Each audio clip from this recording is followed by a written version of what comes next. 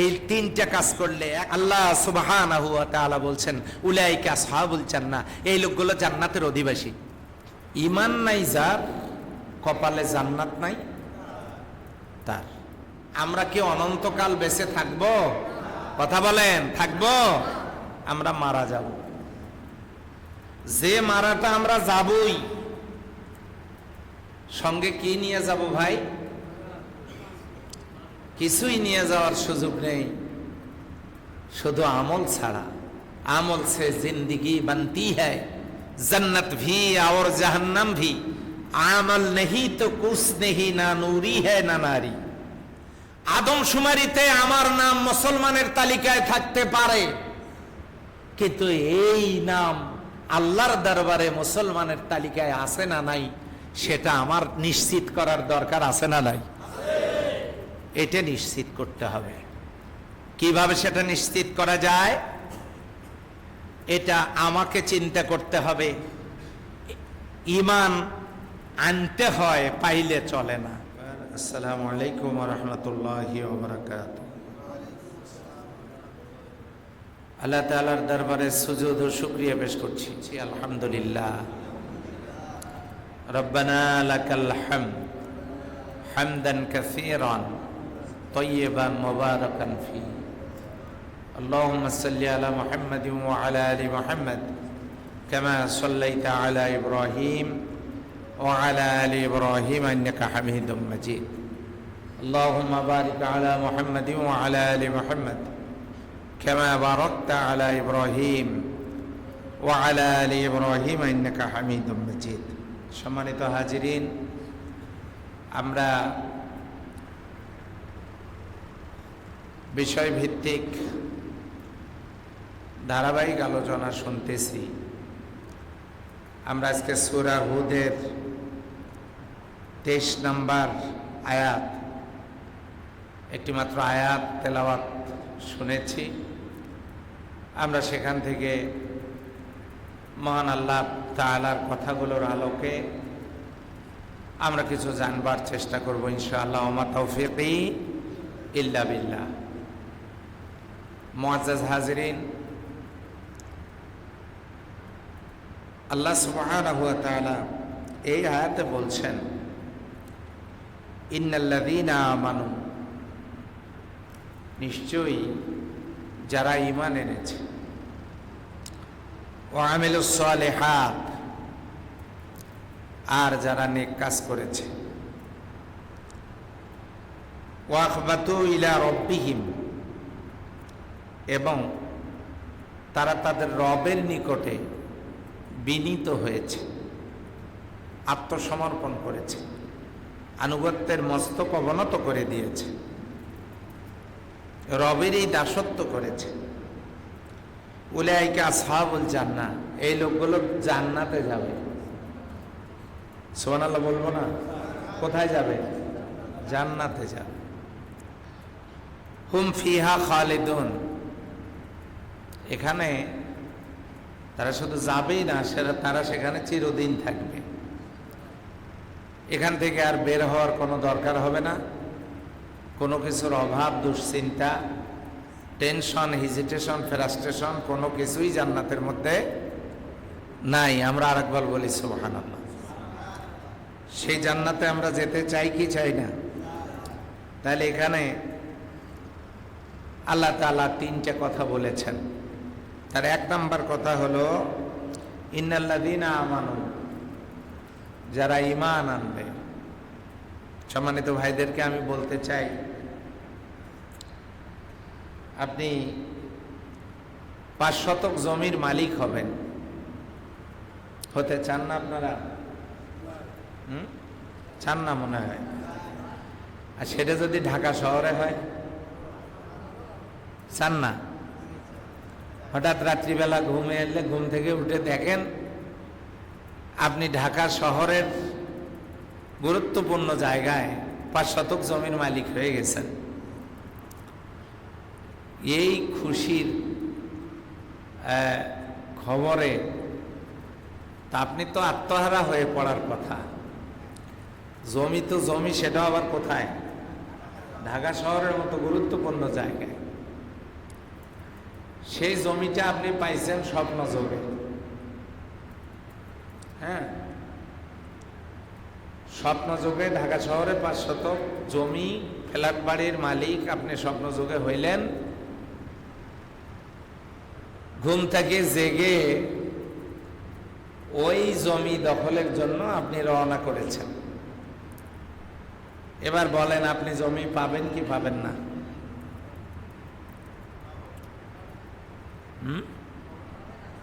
কেউ কেউ বলছে পাবো না। উনি স্বপ্ন যোগে পাইছেন, না পাওয়ার কি আছে? পাওয়ারই তো কথা, তাই না? আচ্ছা, এই জমিটার মালিক হতে গেলে প্রথমত দেখতে হবে জমিটা অবস্থাটা, এটা দেখতে হবে। আমার কথা মনে হয় আপনারা বুঝতেছেন না। প্রথমত দেখতে হবে যিনি জমিটা আপনাকে দিচ্ছেন এই জমিটার মালিক তিনি কি না। তারপরে আপনাকে দেখতে হবে মাঠ পর্সা। এরপরে আপনাকে দেখতে হবে খাজনা খারিজ। তারপরে আপনাকে দেখতে হবে এসে খতিয়ান। এরপরে দেখতে হবে আরএস খতিয়ান। এরপরে দেখতে হবে 40-62 রেকর্ড। বুঝাতে পারি নাই? হ্যাঁ, আবার সর্বশেষ দেখতে হবে পিরিন পর্সা নতুন যেটা আসছে কার নামে। এগুলো দেখার পর আপনি নিশ্চিত হবেন যে এই জমির মালিক জসিমউদ্দিন। এখন তিনি আপনার কাছে জমিটা বিক্রি করবেন। অলরেডি আপনি সেটা কিনেছেন, আপনি জমির মালিক হয়ে গেছেন। এখন আপনি এই 5 শতক জমি ঢাকা শহরের মতো জায়গায় জমি মালিক হতে পারলেই জান্নাত তো নিশ্চিত। কি বলেন? কথা বলেন, জান্নাত নিশ্চিত হয়ে গেল না? ঢাকা শহরে 5 শতক জমি মানে কি? দুনিয়া এবং পরকাল উভয় জগৎ একদম পাকাপোক্ত হয়ে যাবে। ব্যাপারটা কি এরকম? এরকম না। আপনি মাত্র 5 শতক জমির মালিক ঢাকা শহরে হবেন। সেটি হতে গিয়ে আপনাকে কি দেখা লাগবে? খাজনা খারিজ, সিএস আরএস, এরপরে মাঠ পর্সা দলিল 40-62, এরপরে পিরিন পর্সা সব দেখে আপনি জমি কিনবেন। নাকি স্বপ্নযোগে যেটা হয়েছে ওইটাই যথেষ্ট? তাহলে এত কিছু দেখে যদি আপনি 1 শতক 5 শতক জমির মালিক হওয়া লাগে, আর সেও জমি কিনলে আমি জান্নাতের মালিক হয়ে যাব অথবা দুনিয়ায় সুখ শান্তিতে থাকবো, এর কোনো গ্যারান্টি আছে কি? তাহলে দুনিয়ার জিন্দিগির 5 শতক জমি কিনতে গিয়ে আপনি যদি এত দলিলপত্র কাগজপত্র দেখে তারপরে জমি কেনেন, অথচ ওই জমি কিনলেই না জান্নাত নিশ্চিত না, তারপরে আপনি এত কিছু দেখে 5 শতক জমি কিনবেন, আপনি হবেন ভালো ক্রেতা যে আপনি কাগজপত্র দেখে একদম সহি তরিকায় জমি কিনেছেন। এটা যদি আমরা বুঝি, কাগজপাতি ঠিক নাই যার, জমি নাই তার। এই তো ভালোই মুখস্থ করছেন। কাগজপাতি ঠিক নাই যার, জমি নাই তার। তাহলে এই জমির জন্য যদি এত কাগজপাতি দেখেন, তাহলে যে ঈমান ছাড়া আল্লাহর জান্নাত পাওয়া যাবে না, সেই ঈমানটা ঠিক আছে না নাই এটা দেখার দরকার আছে না নাই? ঈমান নাই যার, কপালে জান্নাত নাই তার। জান্নাতের জমিন তার কপালে নাই। এখন আপনি ডাক্তারের কাছে গেছেন, ডাক্তারের কাছে গিয়ে ডাক্তারকে বললেন যে ডাক্তার, আমার ব্লাডে একটু সমস্যা, ইসোনোফিল বেড়ে গেছে, আমার ব্লাডটা একটু টেস্ট করা দরকার। আপনি ব্লাড টেস্ট করতে পারবেন? আপনার স্ক্রিনে সমস্যা, আপনি ডাক্তারের কাছে গেছেন, আপনি স্ক্রিন টেস্ট করতে পারবেন। পেটে সমস্যা, পরীক্ষা করতে পারবেন। ব্যথা সমস্যা, পরীক্ষা করতে পারবেন। মাথায় সমস্যা, চোখে সমস্যা, যে কোনো জায়গায় সমস্যা, শরীরের যে কোনো অঙ্গ প্রত্যঙ্গে আপনার সমস্যা, আপনি পরীক্ষা করতে পারবেন, চিকিৎসা করতে পারবেন। তাতে করে কি হবে? ডাক্তারের পরামর্শে ঔষধগুলো সেবন করলে, আল্লাহ রহমত করলে আপনি সুস্থ জীবন ফিরে পাবেন ইনশাআল্লাহ। তাহলে আপনার শরীরের সমস্যার জন্য ডাক্তারের কাছে গেছেন নিজের কথাগুলো বলার জন্য। পরীক্ষা করতে গিয়ে দেখে আপনার ক্যান্সার, তাও আবার ব্লাড ক্যান্সার ধরা পড়েছে। এরপরেও এই ব্লাড ক্যান্সার ধরা পড়া মানুষটাও ডাক্তারকে তার নির্দিষ্ট ফিটা, আমার কথা কি বুঝতেছেন আপনারা? ডাক্তারের ফি আছে না, এই ফিটা দিয়া মরণের সনদপত্রটা নিয়ে চলে আসে।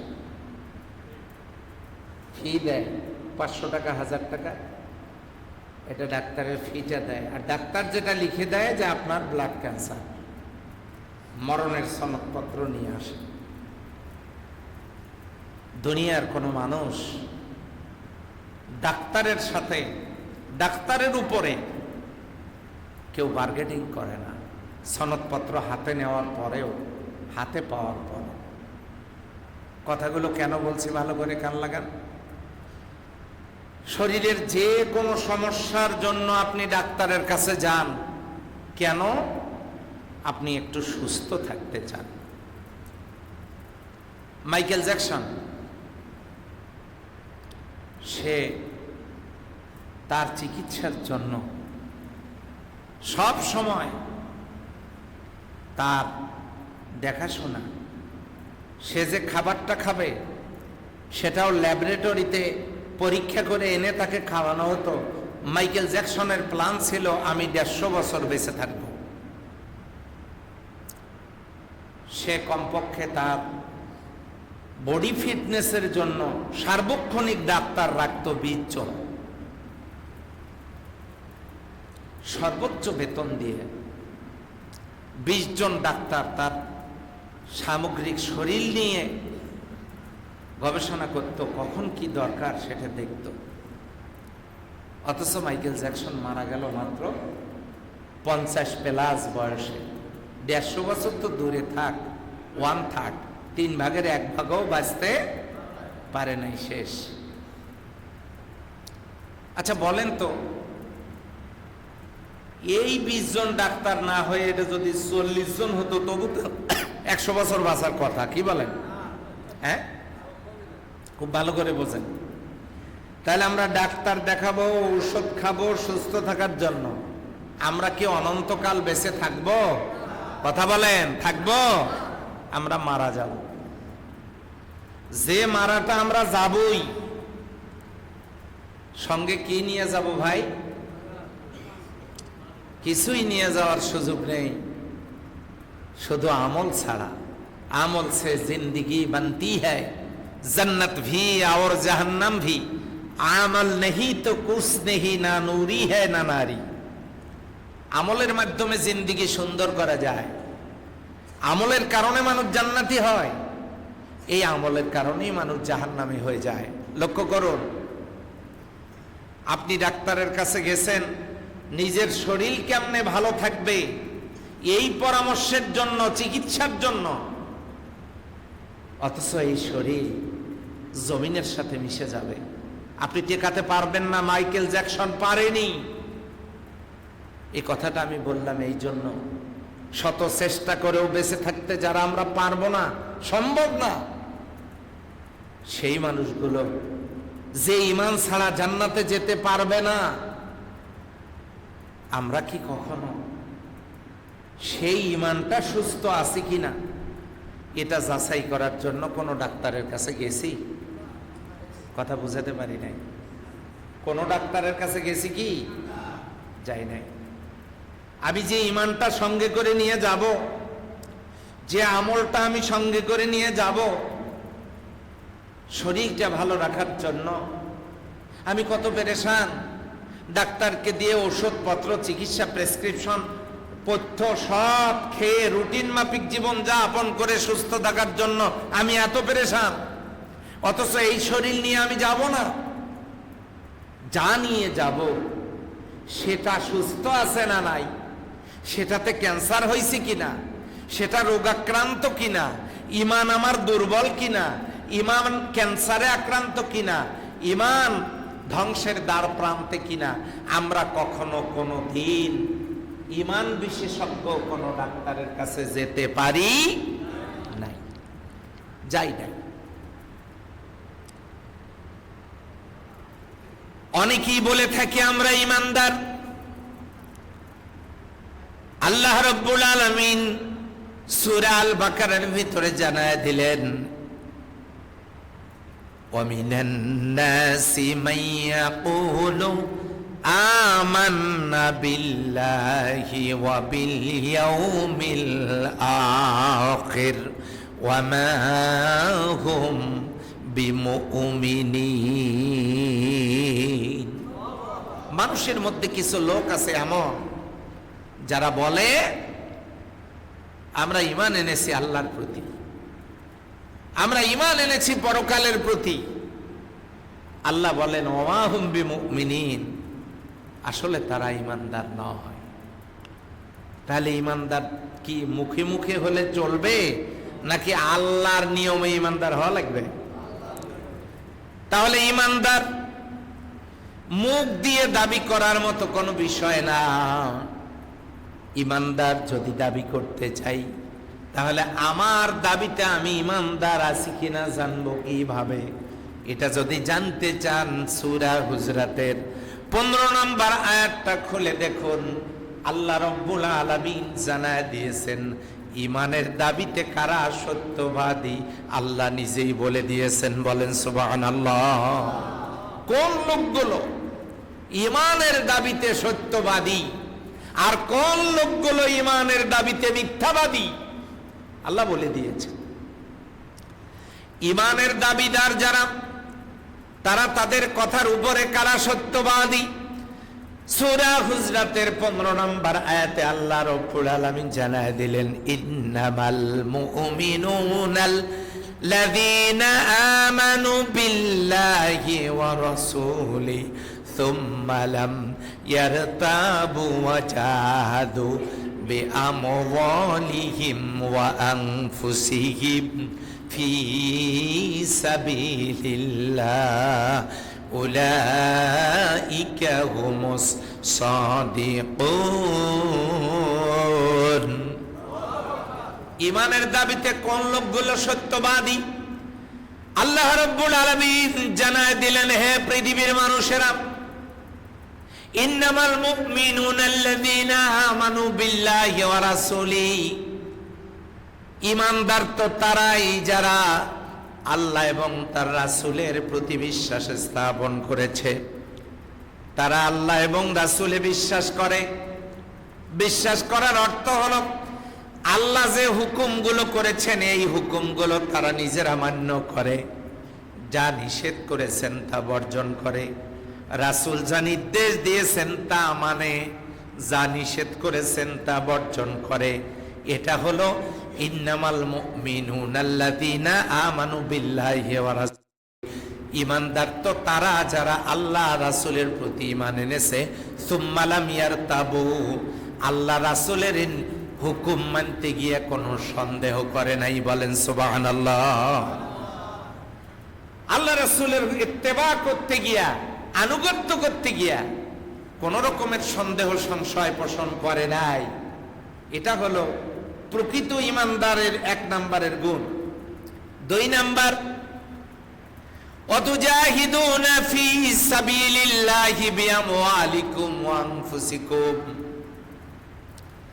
জান দিয়া আর মাল দিয়া আল্লাহর দ্বীনের জন্য, কোরআনের জন্য, ইসলামের জন্য, আল্লাহর জমিনে আল্লাহর কোরআনের সমাজের জন্য যারা কাজ করেছে, যে লোকগুলো, এই লোকগুলো যদি এই কাজটা করে থাকে, জান আর মাল দিয়ে, সময় দিয়া, টাকা পয়সা দিয়ে যদি কাজটা করে থাকে, আল্লাহ বলেন উলাইকা হুমুস সাদিকুন।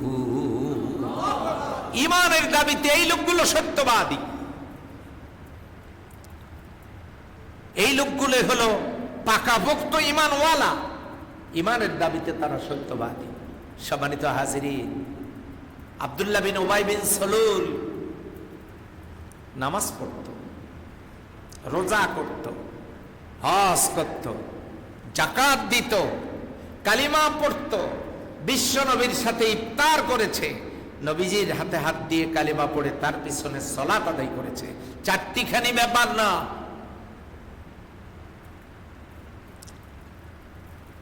কেউ যদি আল্লাহর হাবিবের রওজার পাশে কষ্ট করে যায়, রাসূলের রওজার পাশে, রাসূলের দরবারে কেউ হাজির হলো, রাসূলের রওজার পাশে দাঁড়িয়ে কেউ নবীজিকে সালাম পেশ করলো, আল্লাহর নবী বলেন ওয়াজাবাত নাফসি শাফাআতাহু ইয়াউমাল কিয়ামা, লোকটার জন্য কিয়ামতের দিন সুপারিশ করা আমি নবীর জন্য ওয়াজিব হয়ে যায়। এটা যদি তার দরবারে গেলেই এই অবস্থা হয়, তাহলে যে মানুষটা রাসূলের পিছনে একটাদা করে সালাত আদায় করছে, তার মর্যাদা কি কম? আস্তে কন, আস্তে কন, কম? তার মর্যাদা কত বেশি। নামাজ পড়লো, রোজা করলো, হজ করলো, যাকাত দিল, কালিমা পড়লো, বাড়িতে মসজিদ বানাইলো, অথচ লোকটা চিরস্থায়ী জাহান্নামী এবং জাহান্নামের নিম্ন স্তরে থাকবে।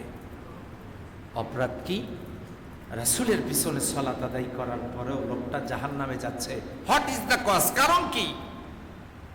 কারণ একটাই, এই আব্দুল্লাহ বিন উবাই বিন সালুল সে শুধু মনে মনে চাইতো না আল্লাহর জমিন কোরআন দিয়ে পরিচালিত হোক,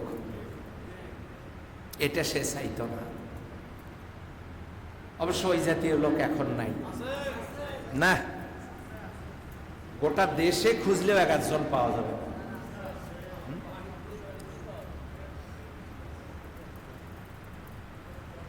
আমার ভাইরা, এমন অনেক মসজিদ কমিটির সদস্য এমন অনেক আছেন, বিভিন্ন মসজিদ কমিটির সদস্য এমন আছেন, মসজিদের মেম্বারে দাঁড়ায়া আল্লাহর কোরআন থেকে, রাসূলের হাদিস থেকে ইমাম সাহেব যদি আল্লাহর কোরআনের সমাজের কথা বলে, পরের জুমায় আর ওই ইমামের চাকরি নাই। কি এরকম অবস্থা আছে না? না, হ্যাঁ, এটা শুধু সেই জামানায় ছিল, এখন নাই, আছে। কথা মনে রাখতে হবে। আল্লাহ বলছেন, তোমরা যদি এই আয়াতে সূরা হুদের 23 নম্বর আয়াতে কি চমৎকার করে আল্লাহ রাব্বুল আলামিন জানায় দিলেন, ইন্নাল্লাযীনা আমানু ওয়া আমিলুস সালিহাত, ঈমান আনার পর কেউ যদি নেক কাজ করে, এরপরে আল্লাহ বলেন ওয়াখবাতু ইলা রাব্বিহিম, আর রবের কাছে যদি বিনীত হয়, উলাইকা আসহাবুল জান্নাহ, এই লোকগুলো জান্নাতের অধিবাসী হবে। হুম ফিহা খালিদুন, সেখানে চিরদিন থাকবে। আওয়াজ দিয়ে বলেন সুবহানাল্লাহ। সম্মানিত হাজিরিন, লক্ষ্য করুন, তাহলে জমির মালিক হতে গেলে কি লাগবে? মনে তো নাই কি সেটা, এক কথায় বলেন কাগজ লাগবে। কি লাগবে? এই কাগজের মধ্যে দলিল আছে, হ্যাঁ কথা বলেন। এই কাগজের মধ্যে খারিজ আছে, খাজনা আছে, এসে খতিয়ান, আর এস খতিয়ান, সিএস, মাঠ পর্সা, প্রিন্ট পর্সা, 40-62 সব আছে। কিসের ভিতরে? কথা বলে না, কিসের ভিতরে? কাগজের ভিতরে। তাহলে কাগজের ভিতরে আছে এই দলিলাদিল্লা। সেই দলিলাদিল্লা যার নামে জমি, ভুল বললাম নাকি? আমি অবশ্য জমির কাগজপত্র একটু কম বুঝি। এখানে আমাদের এই যে বাবলু ভাই আছেন, বাবলু ভাই তো একটু বেশি বোঝেন, আমি একটু কম বুঝি। তো তাহলে কাগজ যার, আর একবার কাগজ যার, কাগজ নাই জমি নাই। কথা কি ক্লিয়ার? আচ্ছা, যদি এটা ক্লিয়ার হয়, জান্নাতটাও তো একটা জমিনের উপরে নাকি? হ্যাঁ, আচ্ছা এবারে বলেন ইমান যার, ইমান যার, ইমান নাই, কথা কি ভেজাল আছে? ব্যাস, তাহলে জমি যার, কাগজ যার, জমি তার, ইমান যার, জান্নাত তার। এখন শরীর আপনি ভালো করার জন্য ডাক্তারের কাছে যাবেন, পরীক্ষা নিরীক্ষা করার জন্য আপনি যাবেন, কিন্তু কোনোদিন কি গেছেন? আমি কি কোনোদিন গেছি আমার ইমানটা টেস্ট করার জন্য? আমার কি ইমানে ডায়াবেটিস, প্রেশার, উচ্চ রক্তচাপ, ইমানে ক্যান্সার, নাকি ইমান, আমার ইমান কোনো আপনার মানে স্কিন ডিজিজে ভুগতেছে, ব্লাড প্রবলেমে ভুগতেছে? আমার ইমানের মধ্যে কোনো সমস্যা আছে কিনা? ইমান বিশেষজ্ঞ কারো কাছে কি আমি গেলাম কখনো? কোনোদিন যাই নাই। কারণ কি? যার টাকা পয়সা আছে তার একটা ভাব, এই হুজুর এরা আর কি বোঝে, তাদের কাছে গিয়ে লাভটা কি? আমি কি আর কম বুঝি নাকি? দেখবেন হুজুর যেটা বলে সেটা হয় না, সেক্রেটারি যেটা বলে ওটা হয়। এরকম মসজিদ দেশে এক একটা আছে না?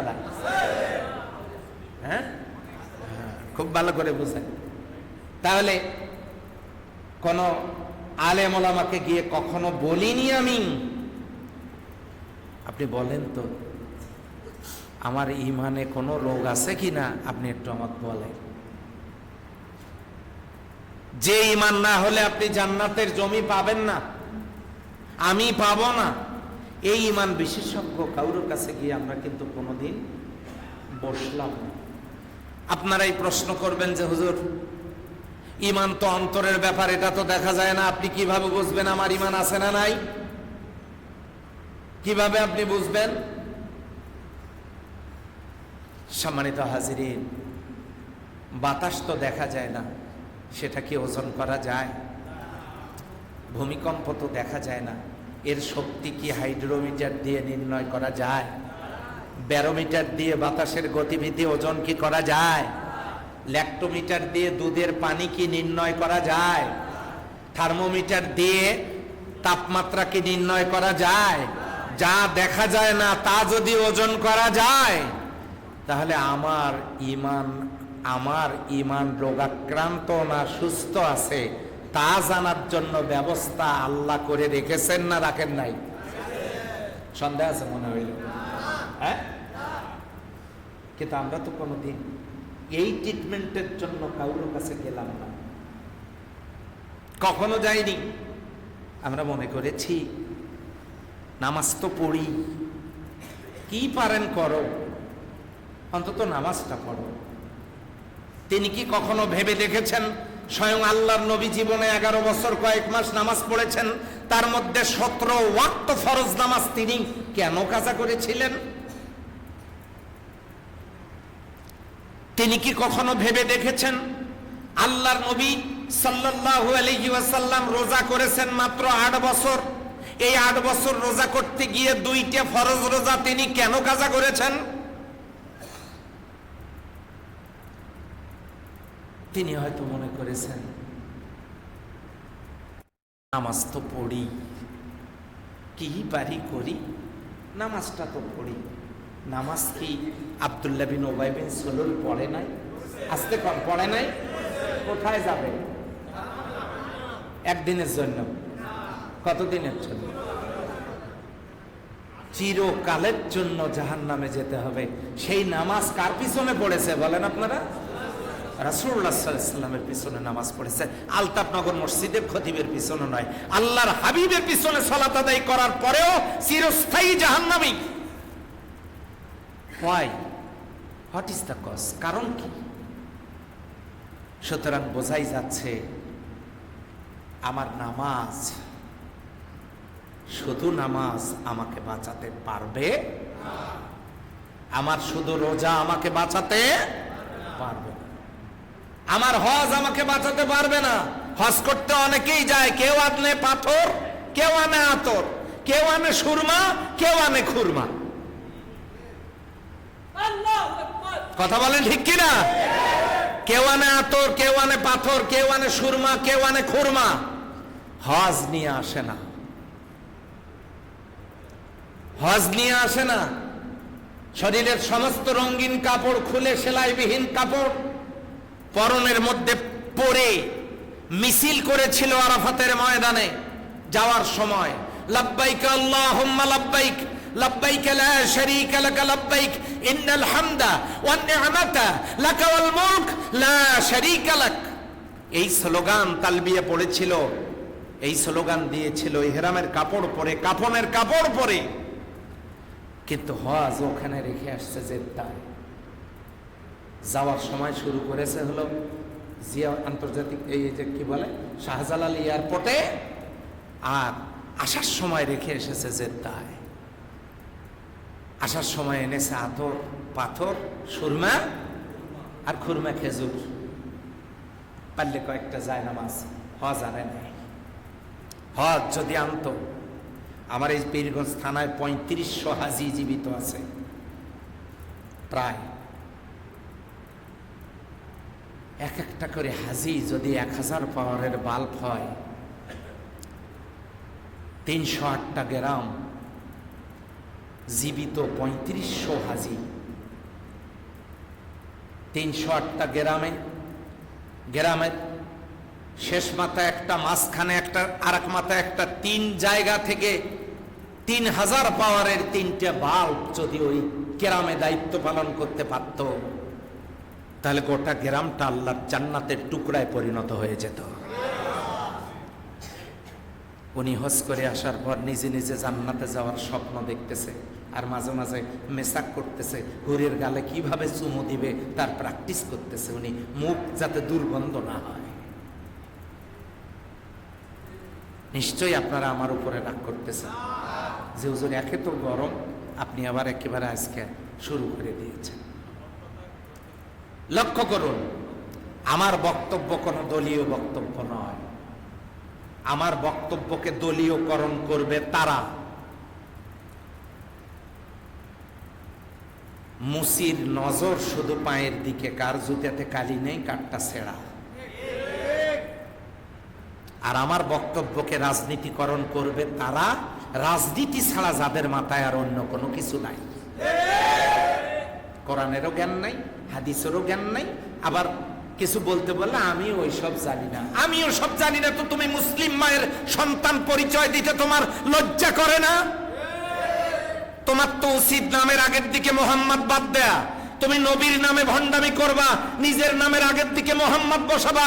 আমার রাসূলের জীবনী তুমি জানবে না, আমার রাসূলের হাদিস জানবে না। তুমি আল্লাহর গোলাম পরিচয় দিবা, আমার আল্লাহর কোরআন জানবে না, কোরআন থেকে কথা বলতে পারবে না। তাহলে মুসলিম নামের এই ভণ্ডামি তোমাকে কে শিখালো? এই জন্য এগুলো আমাদের জানা দরকার। 3টে জিনিস হলে আল্লাহর জান্নাতে আমরা যেতে পারবো, যে জান্নাত থেকে বের হওয়া লাগবে না। তার মধ্যে 1 নাম্বারটা কি? ঈমান। এখন সেই ইমানে আমার রোগ আছে না নাই, এটা আমার দেখার দরকার আছে না নাই? দেখব কিভাবে? ইমান পরীক্ষার যন্ত্র কি? আল্লাহ রাব্বুল আলামিন বলেন, মা ফাররাতনা ফিল কিতাবি মিন শাই তিবিয়ানান লিকুল্লি শাই। আমি আমার কিতাবের ভিতরে কোনো কিছু বাদ দেই নাই, বিস্তারিত যা দরকার সব আমি কোরআনে বলে দিয়েছি। বলেন সুবহানাল্লাহ। আমি আজকে রংপুর থেকে ওই দিক থেকে আসার সময় আমি আস্তে আস্তে চিন্তা করলাম যে আল্লাহর কোরআনকে আমি যদি আয়নার সাথে তুলনা করি, করা যেতে পারে কিভাবে? আয়না সামনে নিলে যেমন আমার মুখে দাগ কয়টা, কোথায় বরুণ মেস্তার দাগ, কোথায় ময়লা, কোথায় কি, আয়না সামনে নিলে যেমন সব বলে দেয়। আমার বডি ফিটনেসের কি অবস্থা, আয়না সামনে নিলে যেমন বলে দেয়, আমার আর ব্যাখ্যা করার দরকার নাই। আয়না সামনে নিলে যেমন আমি আমাকে দেখতে পাই, ঠিক তেমনি আমি যদি আল্লাহর কোরআনের সামনে দাঁড়াই, আমি কমপ্লিটলি নিজেকে দেখতে পাবো। বলেন সুবহানাল্লাহ। আমার কোথায় কোন ত্রুটি, কোথায় কোন দাগ, আমার চলনে বলনে কথনে, আমার চাল চলন আচার ব্যবহার, কোথায় কোন ত্রুটি, এটা আমি কোরআনের সামনে দাঁড়ালেই দেখতে পাবো। জাতির জন্য দুর্ভাগ্য, দুঃখজনক হলেও সত্য, আমরা সেই কোরআনের কাছে নিজেকে সপর্দ করতে পারি না। অথচ ভালো থাকার জন্য এত কিছু, ভালো থাকার জন্য আমার এত চিকিৎসা, এত কিছু, আমি একটু ভালো থাকতে চাই, অথচ এই ভালো থাকাটা আমরা থাকতে পারবো না। যেমনটি চেয়েছিল মাইকেল জ্যাকসন, পারেনি। 150 বছর বাঁচতে চেয়ে 50 বছরে শেষ।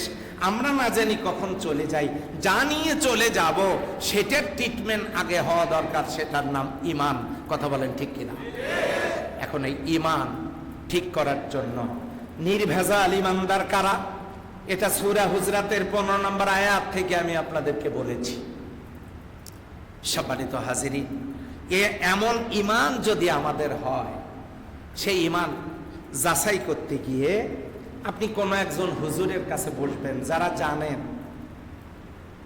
যারা জানেন তাদের কাছে গিয়ে বসবেন, বসে বলবেন, আসলে বলেন তো ইমানটা কি, আমাকে একটু বুঝান। উনি আপনাকে বলবেন কালিমা পড়তে হয়। পড়লেন, আমাকে পড়ান কোনটা কালিমা, আমি পড়ি। পড়লেন, এরপরে বলেন, এরপর আর একটা আছে কি, আমানতু বিল্লাহি কামা হুয়া বিআসমাইহি ওয়া সিফাতি ওয়া কাবিলতু জামিয়া আহকামিহি ওয়া আরকানিহি। কি বলেন ভাই, আপনারা পড়ছেন না? সবাই পড়ছেন না? কি আছে এর ভিতরে? কি আছে? আমানতু বিল্লাহি, আমি ঈমান আনলাম আল্লাহর প্রতি, কামা হুয়া বিআসমাইহি, যেমন তার নাম, যত নাম। আল্লাহর নাম কয়টা? 99টা। এটা তো পাইছেন কায়দাতে। তার মানে 99-এর বেশি যাতে আল্লাহর নাম না হয়, এ ব্যাপারে সতর্ক থাকবেন সবাই, পাহারা দিবেন প্রয়োজনে, নাকি? আল্লাহর নাম 99টা আপনাদেরকে বলছে কে? আল্লাহর নাম কায়দাতে আছে 99টা। তাফসিরে কবিরে মুফাসসির লিখতেছেন আল্লাহর নাম 5000, তাওরাতে 1000, জাবুরে 1000, ইনজিলে 1000, কোরআনে 1000, আর কয় হাজার হলো? 4000। আর আরশে মুআল্লায় 1000, আরশে আজিমে 1000, 5000। 5000-এর কথা উনি বলেছেন। আমি 99টাও মানতে রাজি না, 5000ও মানতে রাজি না। কেন? এই নামগুলো যদি 99টা ধরা হয়, তাহলে এই 99টা নামের বাইরে আল্লাহর কোনো গুণ নাই। নাউজুবিল্লাহ। 5000 নামের বাইরে আল্লাহর কোনো নাম হতেই পারে না, নাম নাই, এটা কি আমরা মনে করি? তাহলে আল্লাহকে একটা সীমাবদ্ধ ৫,০০০ আর ৯৯ মধ্যে রাখা হলো। আমার আল্লাহ কি সসীম না অসীম? যে আল্লাহ আমার অসীম, যিনি গণনার বাইরে, যিনি সীমার বাইরে, যার সাথে কোনো কিছুর তুলনা হয় না, আমি ওইটাতে বিশ্বাস করি। ওয়াইন তাউদ্দু নি'মাতাল্লাহি লা তুহসুহা, আমার কত গুণ আছে, আমার কত নিয়ামত আছে, তোমরা এগুলা গুণেও শেষ করতে পারবা না। বলেন সুবহানাল্লাহ। কোনটা মানবেন, ৯৯, ৫,০০০ নাকি অগণিত? হ্যাঁ। এখন আসেন, আমানতু বিল্লাহি, ঈমান আনলাম আল্লাহর প্রতি, কামা হুয়া বিআসমাইহি, যেমন তার নাম, ওয়া সিফাতি, যেমন তার গুণ, ওয়া কাবিলতু জামিয়া, কবুল করলাম সব। কবুল করলাম কি? সব। কবুল কোথায় করেন? হ্যাঁ হ্যাঁ, আপনি মনে হয় বিয়ে করছেন, এখনো করেন নাই, তাহলে কেমনে বুঝলেন বিয়ে করেন? আচ্ছা, যারা কবুল করছেন তারা তো মনে মনে ভিতরে ভিতরে খুশি, যারা করেন নাই কষ্ট তাদের। শোনেন, বিয়েতে কবুল করে স্ত্রীকে বাড়িতে নিয়ে আসার পর স্ত্রী যদি সকালবেলা বলে, স্বামী বলল বাড়িঘর পরিষ্কার করবা, কাপড় চোপড়গুলো গুছিয়ে রাখবা, রান্না করবা, এই কাজগুলা করবা, আমি অমুকখানে যাচ্ছি, আসতেছি। স্ত্রী যদি বলে তোমার কাপড় কাচা লাগবে, বাড়িঘর পরিষ্কার করার লাগবে, রান্না করা লাগবে, গতকাল কবুল করার সময় তো এই কথাগুলো ছিল না। ইম্পসিবল, এটা আমার পক্ষে সম্ভব না। কে বলল? বিকেলবেলা বাজারের ব্যাগ হাতে দিয়ে স্ত্রী খরচের তালিকা স্বামীকে দিয়ে বলতেছে, 19টা নিয়ে আসবা, মরিচ, পেঁয়াজ, আদা, রসুন, তেল, সাবান, মশলা, আসার সময় আমার লিপস্টিকটা ছাড়িয়ে আসো না, সাবানও আনবা। 19টা খরচের তালিকা তৈরি করে আপনাদেরকে দেয় না মনে হয়? আপনাদের মুখস্থ থাকে, তা দিবে কি? তো এই যে আপনাদেরকে দিল, আর ব্যাগ হাতে পাওয়ার পর আপনি বললেন গতকাল কবুলের সময়, এই কথা তো ছিল না যে তোমার 19টা খরচ আনা লাগবে। স্ত্রী বলল রান্না করার কথা ছিল না, কাপড় পরিষ্কারের কথা ছিল না, স্বামী বলল বাজার খরচের কথা কবুলের মধ্যে ছিল না। আচ্ছা বলেন তো, এই বিয়ে সপ্তাহখানেক দূরে থাক, 3 দিনেও টেকার কোনো সম্ভাবনা আছে? বোঝেন নাই মনে হয়। আচ্ছা, এই কবুলের ভিতরে কি আছে কন্ত? হ্যাঁ, বাকি আছে কোনো কিছু? এই একটা শব্দ কবুল, কবুলের মধ্যে সব ঢুকে গেছে। না মানলে বিয়ে যেমন, সংসার যেমন টিকবে না, ঠিক তেমনি আপনিও কিন্তু, আমিও কিন্তু বলেছি, আমানতু বিল্লাহি কামা হুয়া বিআসমাইহি ওয়া সিফাতি, আল্লাহর নামে এবং গুণে বিশ্বাস করলাম, ঈমান আনলাম। ওয়াকাবিলতু জামিয়া, জামিয়া মানে সব, কাবিলতু মানে কবুল করলাম, কাবিলতু জামিয়া, সব কবুল করলাম। সুবহানাল্লাহ। থাক, কেমন কি কবুল করলাম ভাই? সব। এর মধ্যে নামাজ আছে না নাই? রোজা, হজ, যাকাত, শুধু রাজনীতি নাই না, খবরদার এইটা বলবেন না, এটা বললেই বিপদ।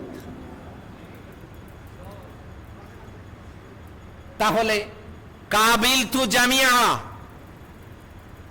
এই কাবিলতু জামিয়ার ভিতরে যদি সব থাকে,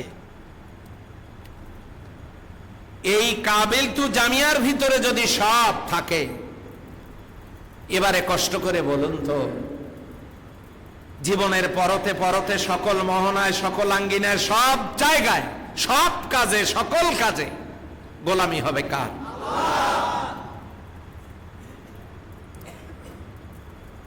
এদিকে বউ সব কথা শোনে, স্বামীও সব কথা শোনে, কিন্তু স্বামী ঘুমাইলে রাত্রেবেলা স্ত্রী একটু ঘরের বাইরে গিয়ে গাছতলায় অথবা বারান্দায় দাঁড়ায় গভীর রাতে স্বামীর নজরের বাইরে গিয়ে গোপনে কারো সাথে একটু কথাবার্তা বলে, আগের পরিচয়ের, ব্যাখ্যা দেওয়ার দরকার আছে? এই আগে একটু কথাবার্তা ছিল, অন্য কিছুর জন্য না, বিয়ে করার জন্য একটু কথাবার্তা ছিল, তার সাথে একটু গোপনে যোগাযোগ হয়। স্বামী কোনো কারণে টের পাইছে যে আমার স্ত্রী আরেকজনের সাথে মেসেজিং ফোনে কথাবার্তা বলে। এবার আস্তে করে বলুন, সংসারের মহব্বত তো তুঙ্গে উঠবে, কি বলেন? হ্যাঁ, আগামী নির্বাচনে বিজয়ের মতো তুঙ্গে বিজয় হবে না? হ্যাঁ হবে। সংসার জীবনে শান্তি কি থাকবে? স্বামীও সব দায়িত্ব পালন করে, স্ত্রীও সব দায়িত্ব পালন করেন, শুধু একটু গোপনে আর একজনের সাথে রাতের আধারে একটু, বোঝেন নাই, এই একটু গোপনে যোগাযোগ করেন। এই সংসার যেমন থাকবে না, গ্রামের ভাষায় এটাকে কি বলে? কি হবে না? ভাত হবে না, ভাত হবে না। এই ভাত কি? কোন ভাত? মানে ওই বাড়ির রিজিক উঠে যাবে, যেমন হবে না। খুব ভালো করে শোনেন, সব দায়িত্ব পালন করার পর, স্বামী এবং স্ত্রী সব দায়িত্ব পালন করার পর গোপনে যদি সম্পর্ক থাকে আরেকজনের সাথে, এই সংসার যেমন থাকবে না, ওই বাড়িতে যেমন আশ্রয় হবে না, ঠিক তেমনি আল্লাহর কোন বান্দা জীবনের পরতে পরতে সকল মোহনায়, সকল আঙ্গিনায়, সব জায়গায় আল্লাহর গোলামি বাদ দিয়ে গোপনে যদি, ওটা কি আর আমি বলতে পারি নাকি? ওটা কি বলা ঠিক হবে? গোপনে যদি শয়তানি কর্মকাণ্ডের সাথে সম্পৃক্ততা থাকে, বিশ্বাস করেন আর না করেন, কিয়ামতের দিন আল্লাহর জান্নাতের ভিতরে ওই লোকের খাওয়া কিসমতে জুটবে না। এই জন্য আপনাদেরকে বরযাত্রী হইতে হবে। কি যাত্রী? বরযাত্রী হইতে হবে। বরযাত্রী হয়ে গেলে লাভ না লস? লাভ।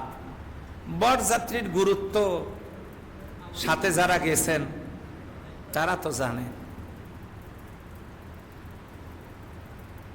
এই ডাল খাবো না, এই কথা বলার সাথে সাথে গোশত পর্যন্ত পড়ে গেছে, গোশতের গামলা পর্যন্ত পড়ে গেছে। মেয়ের ছোট ভাই গিয়ে বলতেছে বাবাকে, আব্বা এক গামলা গোশত মাটিতে পড়ে গেছে। কে ফেললো? কে আর ফেলবে? বরযাত্রী। তখন মেয়ের বাবা বলতেছে, চুপ, গোশত এক গামলা না, সবগুলো ফেলায় দিলে একটা কথাও বলা যাবে না। বোঝেন নাই মনে হয়? এই যে সামনে আম পাকতেছে, বরযাত্রীর কোন ছেলে উঠে গাছে উঠে যদি ঝাঁকুনি দেয়, কাঁচা পাকা আম পড়লো, ভালো আম, মেয়ের ছোট ভাই গিয়ে বাবাকে বলছে আব্বা সব শেষ। কেন? আমগুলো সব পারলো কে? বরযাত্রী। চুপ। শুধু আম না, গাছ শুদ্ধে নিয়ে গেলেও একটা কথাও বলা যাবে না। মশান কিসের? কিসের? বরযাত্রী। কনের বাড়িতে অপরাধের কোনো বিচার হয় না, কারণ বরের সাথে গেছে। বরের সাথে গেলে বরযাত্রীর কোনো অপরাধের যেমন বিচার হয় না, খাবারের সময় ঝামেলা হইলে, গেট ধরাতে ঝামেলা হইলে, তারপরে ওখানে দুষ্টামি হইলে, ও দুষ্টামি করে ছেলেপেলেরা গায়ে রং ছিটাইলে, কোন অপরাধের বিচার যেমন কোনের বাড়িতে বরযাত্রীদের কোন অপরাধের বিচার তেমন হয় না, সব অপরাধ মাপ, ঠিক তেমনি আল্লাহর কোরআন হলো বর, আর কোরআনের পথের পথিক যারা হবে তারা হবে বরযাত্রী। বরযাত্রী হয়ে গেলে খাওয়া কম না বেশি? হ্যাঁ, বরযাত্রী হয়ে গেলে যেমন খাওয়া বেশি, সম্মান বেশি, কোরআনের পথের পথিক হয়ে দুনিয়া থেকে বিদায় নিয়ে চলে গেলে আল্লাহর জান্নাতের খাওয়া এবং মর্যাদা বেশি। বলেন সুবহানাল্লাহ। তিনটা কাজের প্রথম কাজ ইন্নাল্লাযীনা আমানু, যারা ঈমান আনবে। কষ্ট হচ্ছে আপনাদের? দুই নাম্বার, ওয়ামিলুস সালিহাত, প্রথম কাজ যদি ঈমান আনা হয়, আমরা কিন্তু ভাই ঈমান আনি নাই, ঈমান পেয়েছি। আনার গুরুত্ব বেশি না পাওয়ার গুরুত্ব বেশি? হ্যাঁ, আমরা কি আনছি না পাইছি? পাইছি। কেমনে পাইলাম? হ্যাঁ, দাদা ছিল। আচ্ছা তাহলে এবার আসেন তো, দাদা ডাক্তার ছিল,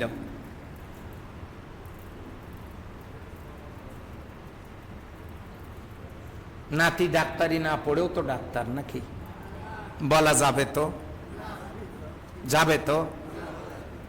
শ্বশুর ইঞ্জিনিয়ার ছিল, জামাই জীবনে স্কুলে না গিয়েও তো ইঞ্জিনিয়ার নাকি? বলা যাবে তো?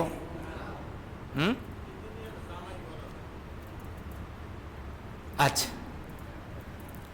বাবা প্রফেসর ছিল, সন্তান ড্রাইভার হয়েছে, তাকে প্রফেসর বলা যাবে তো? তাহলে বাবা থাকলেই যেমন তার ছেলে ডাক্তার হয় না, বাবা ডাক্তার, তার ছেলে ডাক্তারি না পড়ে যেমন ডাক্তার হয় না, বাবা ইঞ্জিনিয়ার, ইঞ্জিনিয়ারিং কমপ্লিট না করে তার ছেলে যেমন ইঞ্জিনিয়ার হয় না, বাবা প্রফেসর, পড়াশোনা না করে প্রফেসর না হয়ে তার ছেলেকে যেমন প্রফেসর বলা যায় না, ঠিক তেমনি দাদা মুসলিম হলেই যে তার নাতি মুসলিম হবে, বাবা মুসলিম হলেই যে তার সন্তান মুসলিম হবে, এটা নিশ্চিত করে বলা যায় না। কথা বলেন ঠিক কিনা? হযরত নূহ আলাইহিস সালামের ছেলে কেনান,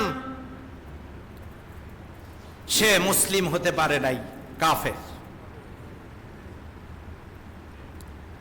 একজন কাফেরের স্ত্রী, ফিরাউনের স্ত্রী আসিয়া, তিনি আল্লাহর জান্নাতের রমণী, তিনি ঈমানওয়ালা। হযরত লূত আলাইহিস সালামের স্ত্রী, সে ঈমানওয়ালা হতে পারে নাই। তাহলে নবীর ঘরে জন্ম নিয়ে নবীর ছেলে কেনান যদি কাফের থাকে, মুসলিম না হয়, তাহলে আমার দাদার বাবা মুসলিম ছিল, তাই বলে আমি মুসলিম আর ইমানদার হব, এর কি কোনো গ্যারান্টি আছে? আমার কথা মনে হয় আপনারা বুঝতেছেন না। আপনারা বুঝতেছেন, আমি বুঝাতে পারতেছি না। এবারে আসেন একটু বুঝি। তাহলে আমি ঈমান পরীক্ষা করার জন্য ঈমানের ডাক্তারের কাছে যাব, গিয়ে বলবো আমি কালেমা পড়েছি, আমানতু বিল্লাহি কামা হুয়া বিআসমাইহি ওয়া সিফাতি, আমি আল্লাহর নামে এবং তার গুণে ঈমান আনলাম। ওয়াকাবিলতু জামিয়া, কবুল করলাম সব, আহকামিহি ওয়া আরকানিহি, তার হুকুম আমি আহকাম সব কবুল করে নিলাম। হুজুর এই কথাটার অর্থ কি? তখন হুজুর আপনাকে বুঝে দেবে হুকুম আর আহকাম কি। আপনার জ্বর ছাড়ে না, টাইফয়েড, এই জন্য আপনি ডাক্তারের কাছে গিয়ে পরীক্ষা করতে পারলেন রক্ত, অথচ এই বডি চিরদিন থাকবে না, অথচ যে ঈমান ছাড়া জান্নাত পাওয়া যাবে না, সেই ঈমানের পরীক্ষা আমরা করতে পারলাম না, কপালে দুঃখ। এই জন্য ঈমানের ডাক্তারের কাছে গিয়ে ঈমানের পরীক্ষা হওয়া উচিত, আছে না নাই?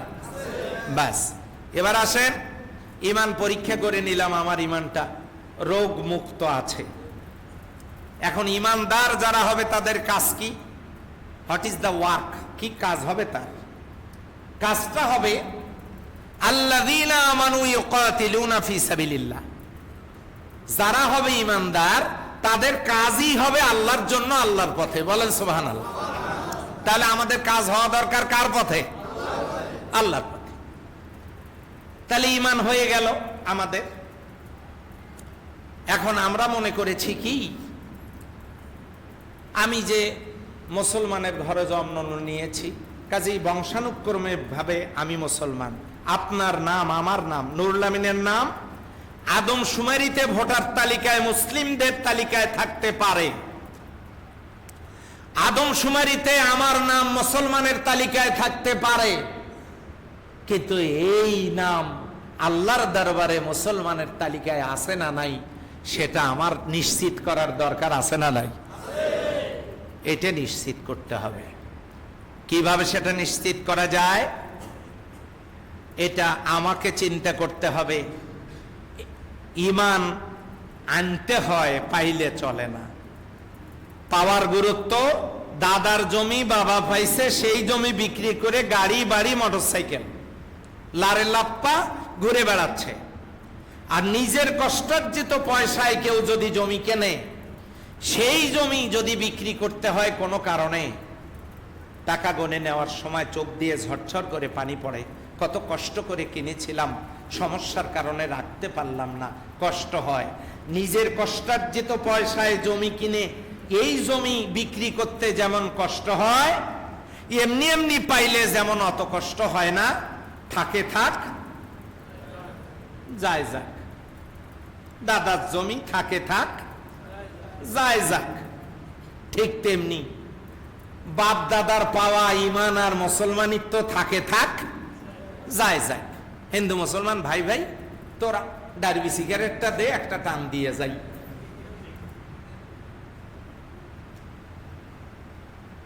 থাকে থাক, যায় যাক। সাহাবাজ মাইনগণ ঈমান আনলেন কিভাবে? হযরতে বেলাল 1700 কিলোমিটার দূর থেকে পায়ে হেঁটে আল্লাহর নবীর দরবারে এসে কালিমা পড়েছেন। সব সময় কালিমা পড়তেন তিনি। কাফেরদের ভালো লাগতো না, ধরে নিয়ে গেল যুবকেরা মরুভূমির উত্তপ্ত বালুর উপরে। আহা, শোয়া দিয়া পাথর একখান বুকের উপরে চাপা দিল। হযরতে বেলাল বলেন, আমার অপরাধ কি? আমাকে কষ্ট দিচ্ছ কেন? যুবকেরা বলল, কালেমার আওয়াজ বন্ধ করো, আমরা তাওহীদের বাণী শুনতে চাই না। এটা বন্ধ করো, না হলে এর চাইতেও বড় পাথর তোমার বুকের উপরে তুলে দেব। হযরত বেলাল বলেন, তাহলে আমার অপরাধ এটাই যে আমি কালিমা পড়লেই তোমাদের কষ্ট লাগে, আর আমার বুকের উপরে পাথর চাপা দিয়েছ। শুনে রাখো, পাথর কেন, পাহাড় এনেও যদি আমার বুকের উপরে তুলে দাও, বেলালকে তার ঈমান থেকে এক চুল পরিমাণ দূরে সরাতে পারবে না। কারণ এই বেলাল এক পা দু পা করে 1700 কিলোমিটার দূর থেকে এসে অনেক দামে ঈমান কিনে ফেলেছে। বলেন সুবহানাল্লাহ। তাহলে ঈমান কি পাওয়া ভালো না ঈমান আনা ভালো? তাহলে আমরা কি ঈমান পাইছি না আনছি? পাইছি। আমাদেরকে ঈমান আনতে হবে। ঈমান আনার অর্থ হলো দুনিয়ার কোনো অর্থ, দুনিয়ার কোনো স্বার্থ, দুনিয়ার কোনো ক্ষমতা, দুনিয়ার কোনো পাওয়ার, দুনিয়ার কোনো চেয়ার, দুনিয়ার কোনো টাকা পয়সা এক চুল পরিমাণ আমাকে ঈমান থেকে সরাতে পারবে না। আমার জীবন যাবে অথবা থাকবে, আমি যদি শহীদ হয়ে যাই তারপরেও যিনি মুসলিম হবেন তিনি তার ঈমান থেকে এক চুল পরিমাণ দূরে সরানো কোনো মুসলমানের কাজ না। কথা বলেন ঠিক কিনা? এটা হচ্ছে ঈমান। সম্মানিত ভাইরা, এই জন্যই কবি বলেছেন, ঈমান ঈমান করো তুমি, ঈমান কি অত সোজা? মুসলিম হয়েও বয়ে বেড়াও লক্ষ পাপের বোঝা। ঈমান কি এত সোজা? আমাদের মধ্যে এক শ্রেণীর মানুষ গোটা ইসলামটাকে নামাজের ভিতরে ঢুকায় দিয়েছে। কেমনে? আমি হাত কোথায় বাঁধবো,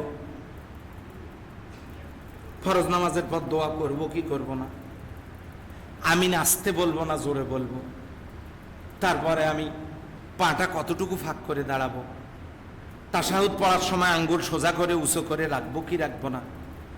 আমি এগুলো একটাকে অস্বীকার করছি না।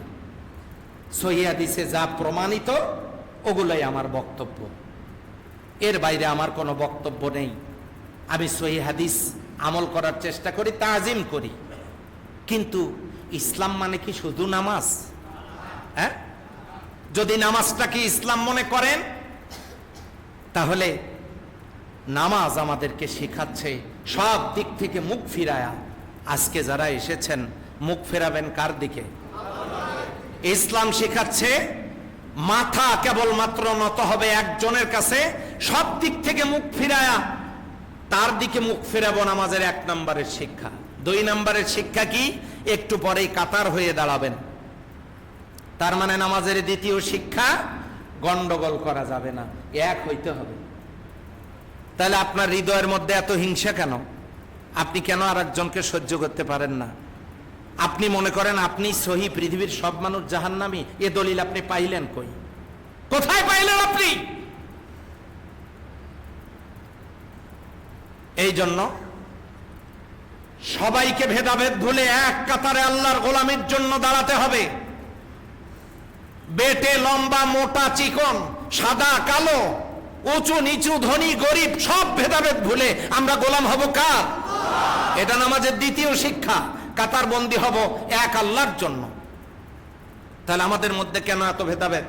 আমরা কেন আল্লাহর দিকে গোলামির জন্য মুখ ফেরাতে পারি না সকল কাজে? আমরা কেন আল্লাহর জন্য এক হতে? 3 নাম্বার নামাজের শিক্ষা। ইমাম বানাবো কয়জন? নামাজের জন্য ইমাম বানাতে গিয়ে সেই ইমামের পিছনে যদি রুকু সেজদা করতে পারেন, আপনার সামনে ইমাম, ইমামের সামনে কেউ না, ইমামের সামনে আল্লাহ। আপনার সামনেও আল্লাহ, কিন্তু আপনি তো ইমামের পিছনে ইক্তেদা করেছেন, ইমামের সামনে আর কেউ নেই। তাহলে নামাজের জন্য আপনি যে ইমামকে ইমাম বানাতে পারলেন, সমাজের অন্য কাজগুলো তো সেই ইমামকে ইমাম মানা যায় না? মানা দরকার না? তাহলে নামাজের তৃতীয় শিক্ষা। নামাজের 4র্থ নাম্বারের শিক্ষা, নামাজের মধ্যে যা করি, যার জন্য করি, মসজিদ থেকে বের হয়েও তার জন্য সেভাবেই তাই হওয়া দরকার। এই যে নামাজের শিক্ষাটা আমাদের নিতে হবে সম্মানিত ভাইরা। এই জন্য শুধু নামাজ পড়ি, এই নামাজ থেকে শিক্ষা আমরা অনেকেই নিতে পারি না।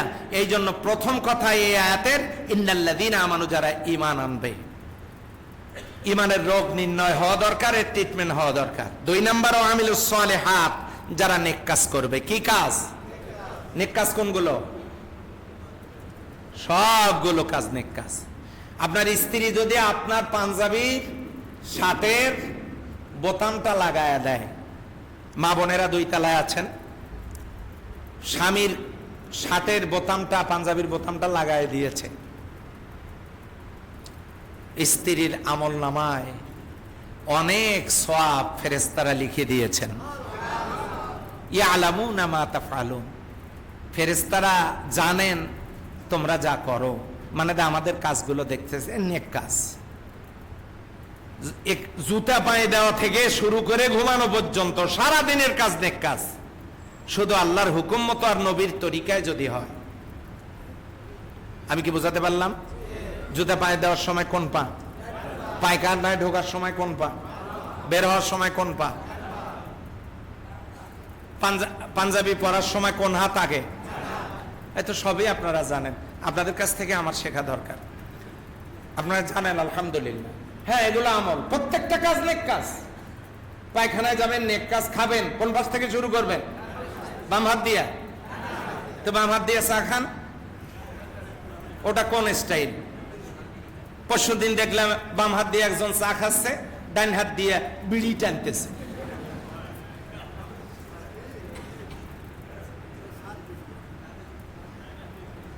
বাম হাত দিয়ে খায় না? আমরা খাবো কোন হাত দিয়ে? ডান হাত দিয়ে।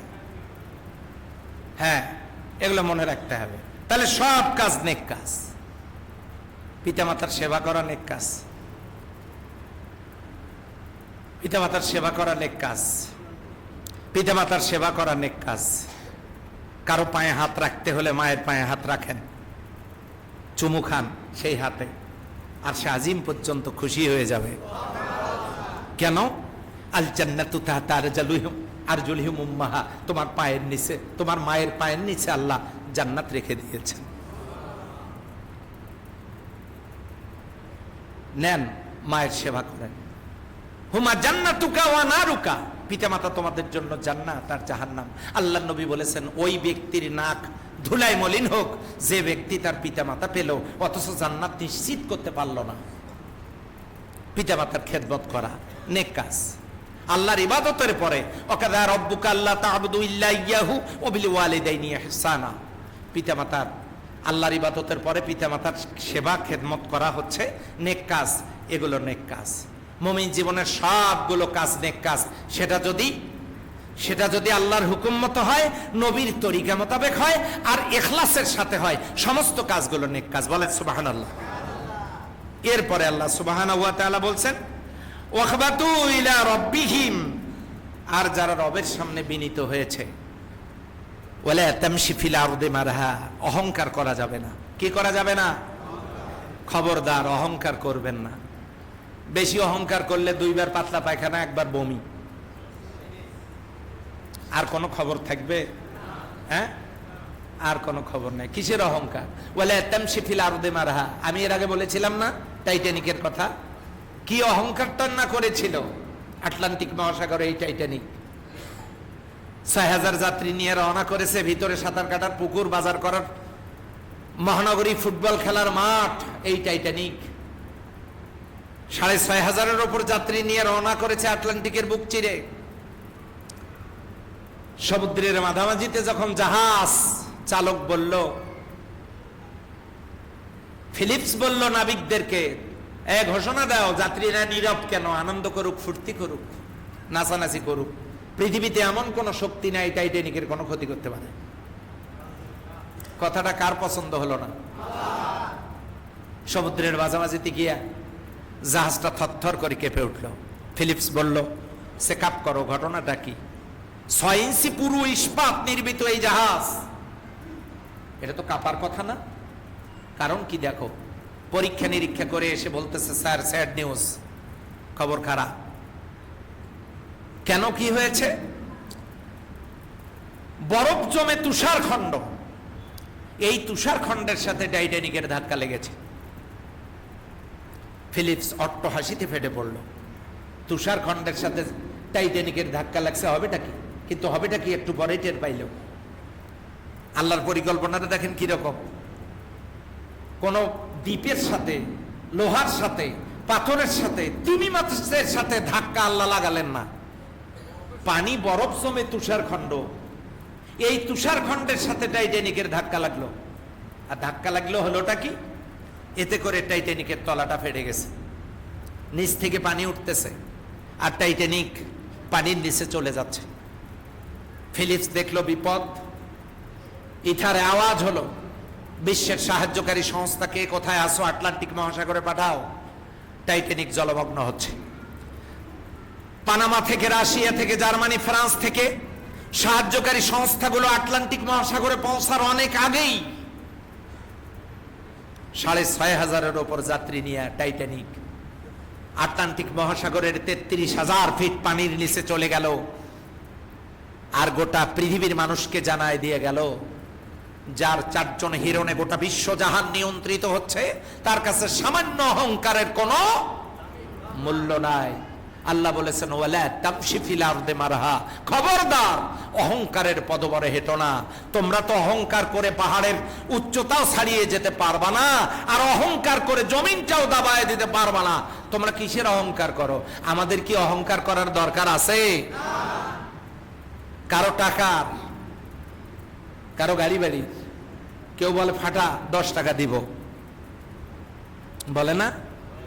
হায় হায়, এক একজনের টাকার অহংকার, গাড়ি বাড়ির অহংকার। আবার কেউ কেউ বলে, জানিস আমি কোন পার্টির লোক, বলে না? কোন পার্টির লোক, একদম ফুটে করে দেব। কি অহংকার! আহা, মনে হয় সে কোনোদিন মরবেই না। ওয়ালা তামশি ফিল আরদি মারহা, খবরদার অহংকার হইও না, অহংকার করো না। মস্তক অবনত হবে কার কাছে? এই কথাটাই সূরা হুদের 23 নম্বর আয়াতে আল্লাহ বলতেছেন, ওয়াখবাতু ইলা রাব্বিহিম, যারা তাদের রবের নিকটে বিনীত হবে। এই 3টা কাজ করলে, 1 নম্বরে ঈমান, 2 নম্বরে নেক আমল, আর 3 নম্বরে বিনয়ী রবের কাছে বিনীত হতে পারলেই আল্লাহ সুবহানাহু ওয়া তাআলা বলছেন, উলাইকা আসহাবুল জান্নাহ, এই লোকগুলো জান্নাতের অধিবাসী। সুবহানাল্লাহ বলতে পারলাম না? কিসের অধিবাসী? জান্নাতের অধিবাসী। হুম ফিহা খালিদুন, সেখানে তারা চিরদিন থাকবে। সেই জান্নাতে আমরা যেতে চাই কি চাই না, বলেন তো ভাইরা? তাহলে পাকা হওয়া লাগবে কি? হ্যাঁ, ঘরের মাঝে কি পাকা হওয়া লাগবে? ঈমান। সেই ঈমানের রোগ আছে কিনা আমাদের ট্রিটমেন্ট হওয়া, পরীক্ষা করা, সার্জারি করা, অথবা এক্সরে করা, আল্ট্রাসোনোগ্রাম করার দরকার আছে না নাই? তাহলে ইমানের খোঁজ নিতে হবে। 2, নেক আমল, জীবনের সব আমল করব কার খুশির জন্য? আর 3 নাম্বার, বিনয়ী হব কার জন্য? অহংকার করব না। আল্লাহ আমাদেরকে এই 3টি কথার উপর আমল করার তৌফিক দান করুক, সবাই বলে আমিন।